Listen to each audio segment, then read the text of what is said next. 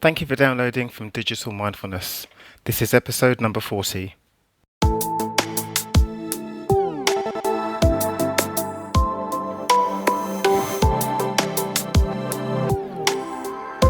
Hello and welcome to the show.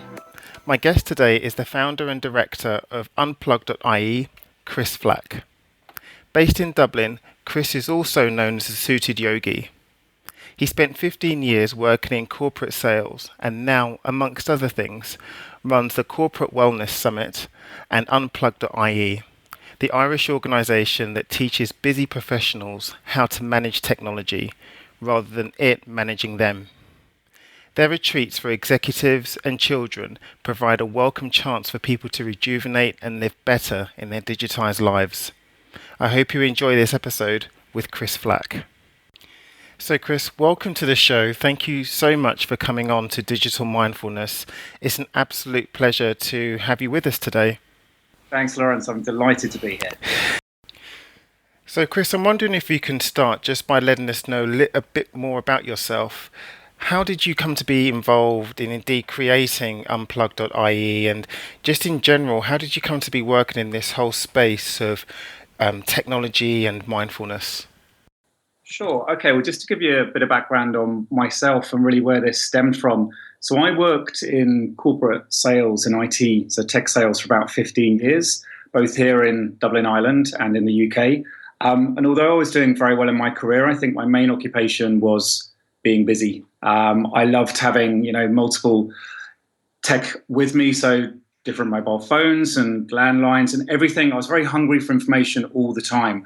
I ended up, as a result, being clinically depressed, and meditation is what turned things around for me. So since then, I've been working in the not-for-profit sector, primarily within the well-being space. I also now teach yoga and meditation. I run a small music festival here in Dublin. And then last year, so back in 2015, in the summer, we set up Unplug to help people basically unplug in a disruptive culture. And the way we really looked at it is we took the best of Eastern practice, so the likes of yoga and meditation. We complement it with science. So we have psychologists, neuroscience experts on the team to make it evidence-based. And then we deliver it in a very simple language, hence Unplug. And in doing that, our goal is to help people have a better relationship with tech and so find more calm, happiness, and increase their productivity in their lives. So you mentioned there are a couple of things as far as what we do with Unplug, because you mentioned Unplug for kids. So just to give you a bit of background on that, our main focus at the moment is very much public retreats and corporate. The Unplug for kids is really stemmed up in the last couple of months just from the demand we're getting from parents. So even when we go in and do corporate programs afterwards, a lot of the Q&A is about, look, how can I deal with this as a parent? So that's something that we're developing at the moment. No one on the team is actually a parent, so we're very conscious to make sure that we get the right people involved. So in the last couple of months, I've been working with child psychologists and experts over in the US who have focused on this for longer than we have, really, on the child addiction and technology use side of things. And we're developing a program and have a festival that's rolling out in July. So exciting times. That does sound really, really exciting. And I love, like I was saying before, I just love the idea of having this retreat for kids to help them unplug. But I'm wondering, Chris, isn't unplugging, isn't that just another word for digital detoxing? Yeah, you've caught me on my Achilles heel there, Lawrence, because that's a phrase that we were kind of looking to be associated with, as far as we love the concept of people switching off for a certain amount of time, but that phrase itself for me doesn't necessarily work because it's suggesting that technology is a bad thing, just using the word detox, and then it also has an association with diet, which often don't work. So last summer we would have called ourselves a sustainable digital detox because we were very much into the focus of goal setting. So we work very much with kind of a cognitive behavioral therapy focus on goal setting and making sure that it's a sticky, habitual changing type program. But it was, for us, something that I guess was quite trendy at the time. I'd been to a lot of digital detoxes myself. I didn't really think they worked, but I did like the fact that it was getting a lot of media attention. And that was a lesson we learned ourselves, because even when we first started up last year, we were getting loads of headlines using words like addiction, detox, anxiety, stress, all these things. But it didn't necessarily get people involved. You know, it's getting the journalists involved because they loved hearing these things. But now we talk about a lot more positive things. So deep work, you know, the Cal Newport concept, and increasing productivity and focus training, and working with people's, just essentially bringing happiness and calm to people. That is working. That is what we're finding really gets people listening, as opposed to saying phrases like digital detox. So, so with your programs, and obviously with the research that you've been doing, speaking to experts from all of these disciplines, what are Mm. some of the benefits that people have reported from unplugging with you? Time, I think, is probably the biggest thing. You know, it's such a rare commodity these days, time and attention. And yeah, we've had, so from our programs we started in October, we've had a couple of people who've come back to us beginning of this year, just saying that just in their own social etiquette, they've changed certain things, and they're just finding that their life is more calm. There's a more empathy, and a better degree of happiness, and productivity at work is up as well. So it's one thing we've noticed is it's different for every person. So, you know, we've, from a, let's say, a meditation and mindfulness practice point of view, the team has expertise in, so yoga and meditation, search inside yourself training, mindfulness based stress reduction. We've covered all these courses, and we pick the best and we repackage them in very accessible ways. So me, for example, I'm a huge fan of pranayama, which is yogic breath control, but I'd never call it pranayama in this environment. I call it breath to beat. And it's very simple breathing exercises, but to a really funky beat. And that is a lot more sticky than me going into a room and talking about stuff in Sanskrit language. So I think the language is key. But yeah, time and attention are the key benefits we found. So I love the concept, as I was saying before, behind your two organisations, or the two programs that you have. But I'm interested, because people themselves have to unplug. What happens? Do you think a lot of it, for example, given your history, do you think a lot of it is to do with company culture? Do companies have a role, do you think, to changing their culture, in addition to people taking responsibility for themselves by unplugging? Yeah, I think they do. And just one thing to get back to, as far as the name Unplug. So although we encourage people to switch off, we don't say switch your phone off. That's not what we kind of teach people to do, to put their phone away. We teach people how to engage with their phones better. But the one thing, when you're talking about company culture, and my own example, so I worked for a number of very large IT services companies, and I think a big part of my life, I was based in a buzzing city. I had a lot of friends, but at the bottom of it, I was lonely, you know, so that's why I craved the noise of technology and the noise of busyness of work. And it was kind of filling a gap. And that, I guess, at the time was my addiction.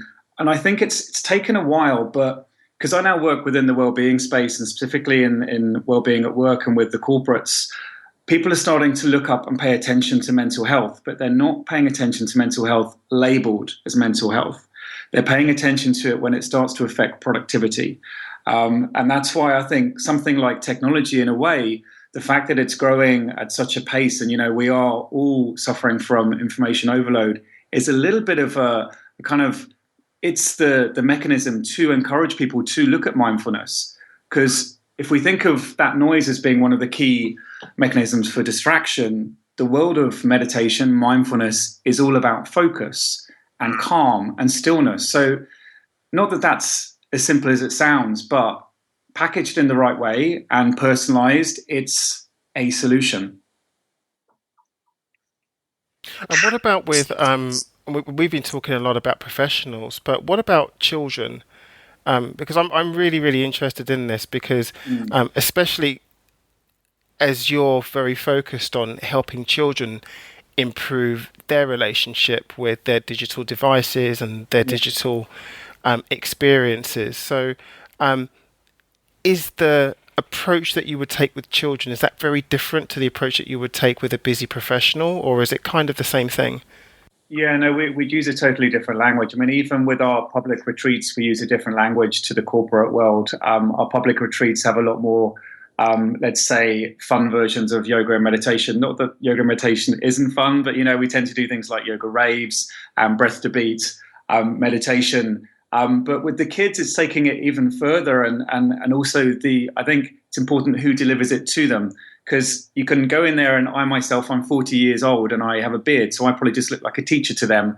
Whereas if they have somebody who's either a role model, so say for example, a sports ambassador, we work with a number of well-known sports stars here in Ireland who are involved with the project and love the project and are helping us talk to people in schools and colleges, or a peer, such as somebody of a similar age to them. So we work with quite a few very successful coders who are teenagers. So there's a guy here, for example, called Harry McCann, who's 17 years of age, but he's a tech entrepreneur, an incredibly successful guy. He runs the Global Digital Youth Council, and he is somebody who his whole life is driven by technology, and he's doing very well, but he's also conscious and aware. And those two words are something that the majority of us are struggling with. We kind of just block it out thinking, well, look, this is a social norm, so surely it's fine. And that's the first stepping stone, just becoming conscious and aware. And to talk to kids, we need people like sports ambassadors, potentially celebrities as well, and then the likes of their peers, so people like Harry McCann. What reached you, Chris, would you say, when you decided that, okay, I need to do something about my lifestyle? Was it the illness? Was it that spoke to you, or were you aware that you were perhaps that you needed to recalibrate your relationship to the digital world before that? Yeah, I think it took a while to join the dots. For me, meditation was something that I'd been practicing since 2005, so just over 10 years now. And I'd done some very extreme retreats. I'd been on long silent retreats. I've lived in India for a year and a half. I've done some very extreme, let's say, the monastic path, and really developed some core skills there. But I think what really struck me was when I came back from India, I saw how inaccessible such a fantastic toolkit was. And it was pretty much at the same point that my depression was, recognized by the health service here, and I was put on meds for a time. And it was funny because the way I actually then turned it around with meditation was I took meditation even deeper. And I think I sent this to you recently, Lawrence, which is the FUCK therapy, which really kind of taught me very simply, again, back to language, just to let go. I'd been doing these incredibly deep and therapeutic meditations, silent retreats for 10 days and off in the Himalayas doing various things. But then they weren't sustainable. I was going back into that busy mind. So when I listened to language that made sense to me, which was we can say it with the Irish phrase, so feck it. Feck it therapy, that really sunk in. And it was just, joining the dots to me, even from a Buddhist point of view, instead of being attached to things, just let that shit go. And all of a sudden, I started meditating every day. Instead of just doing it for 10 days, I gave myself the challenge of meditating for 30 days in a row. I actually reviewed the top 10 mindfulness apps for the Elephant Journal.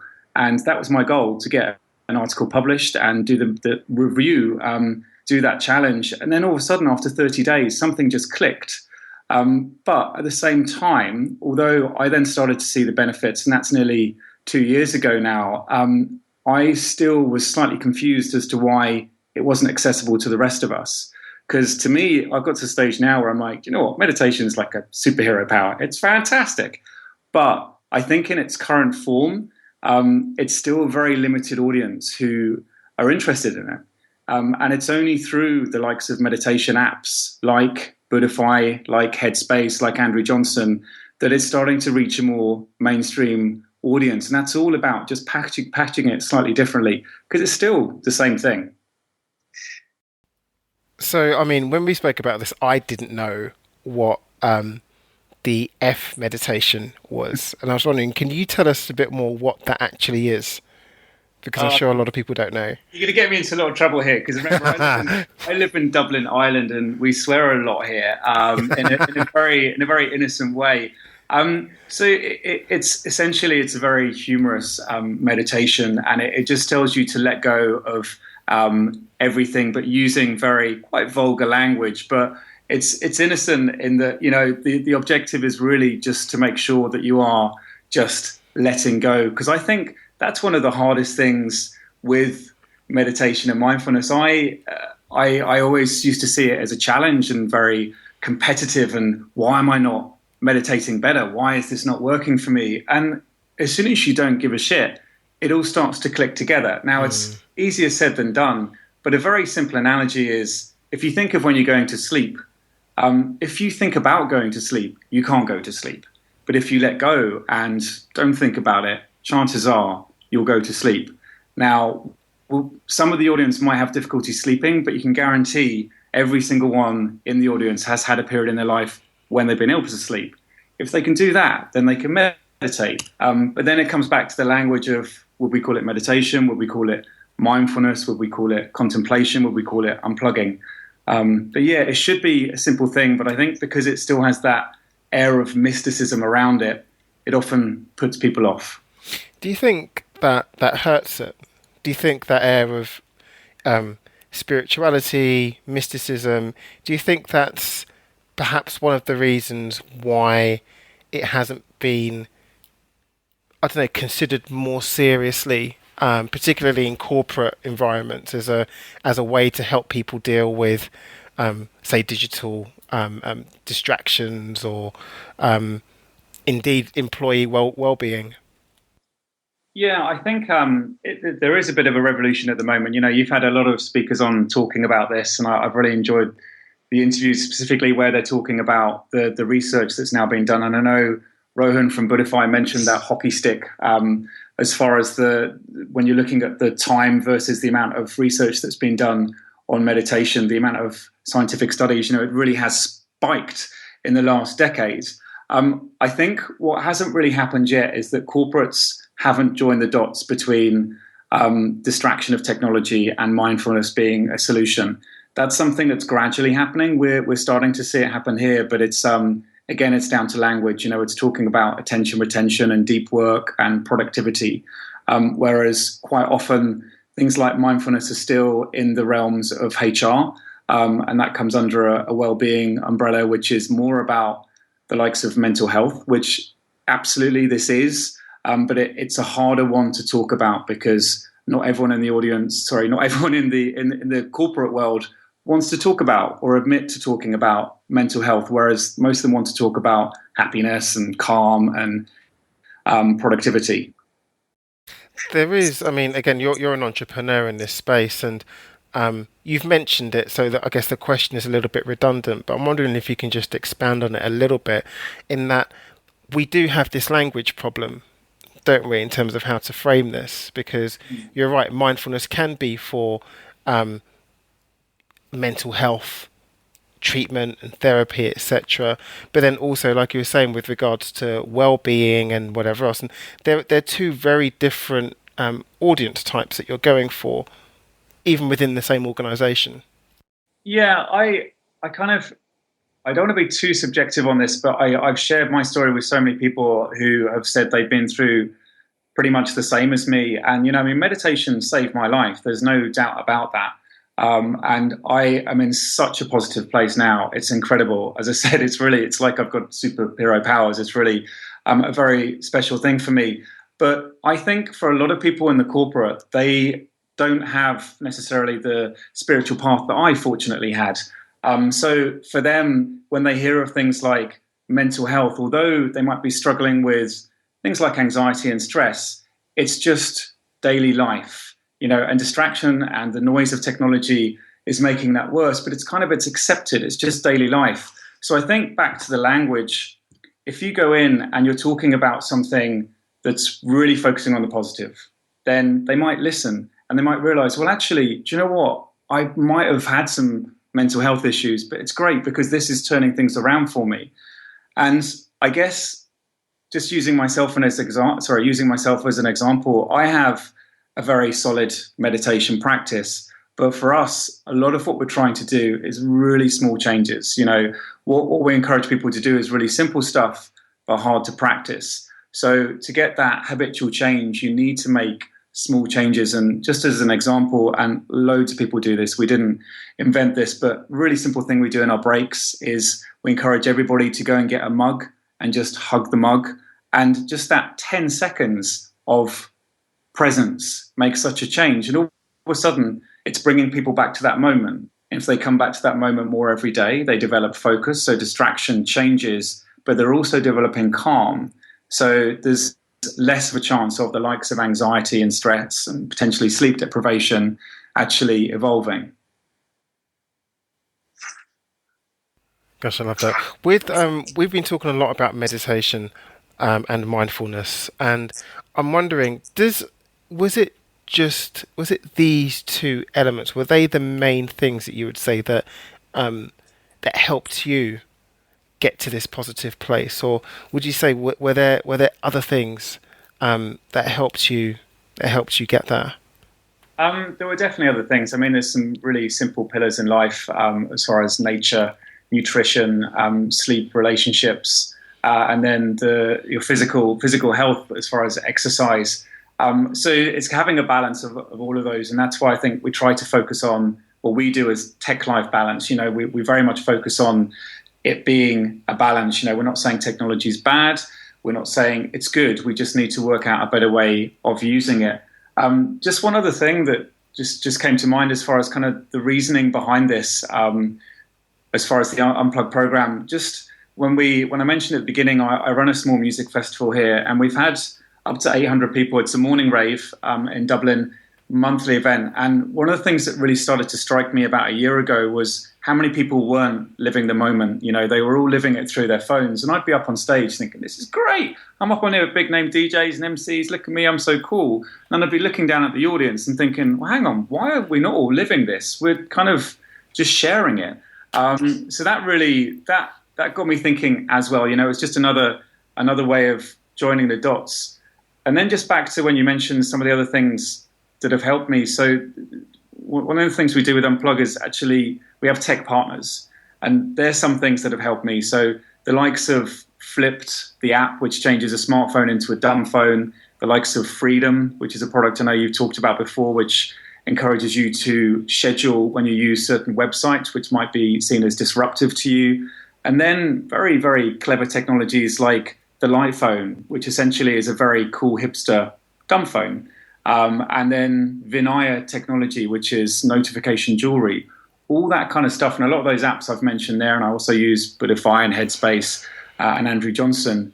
But there's a lot of things. It's not as simple as, I guess, just meditation or just yoga. There's a lot going on. And I think that's one thing we try to, where we can, spend time with individuals, because just to push a product or service out there thinking that it will solve everyone's problem is very naive. You know, I'm lucky to have psychologists and CBT therapists and neuroscience experts on the team who, you know, they really back this up as far as what works and what doesn't.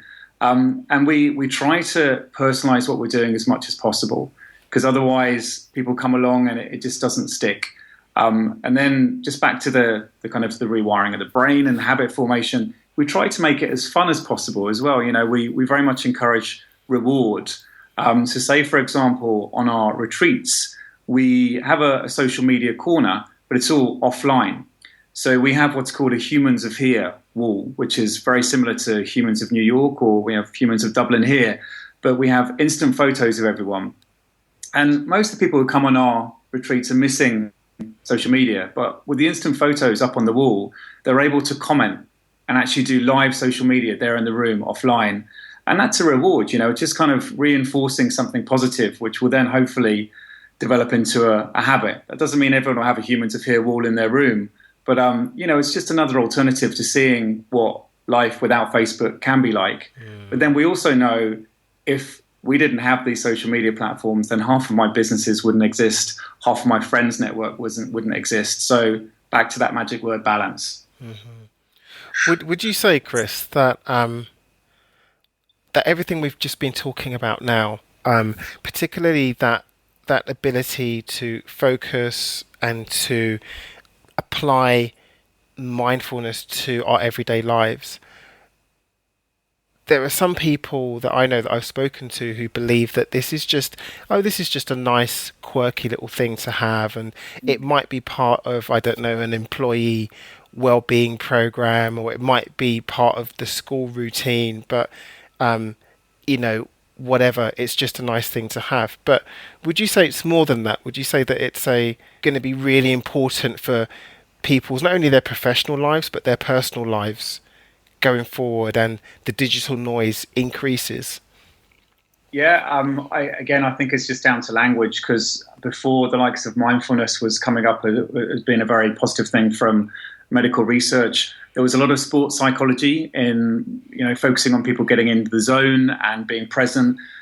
So we've known for years. I mean, obviously the rishis and the yogis knew about this long before us, but it's just getting that language out to people where we're kind of taking away the mystic side, which still potentially makes people think of Mystic Meg. It has to have that business stamp of approval, and it's happening, but it's just very slow. I mean, the fact that Google have their own mindfulness program, Search Inside Yourself, which is fantastic. That's a huge stamp of approval, but it's taking time. It's a complete change in our culture because it's where we came from, naturally, being still, being silent. But now in the modern world full of noise and distraction, it's completely alien to us.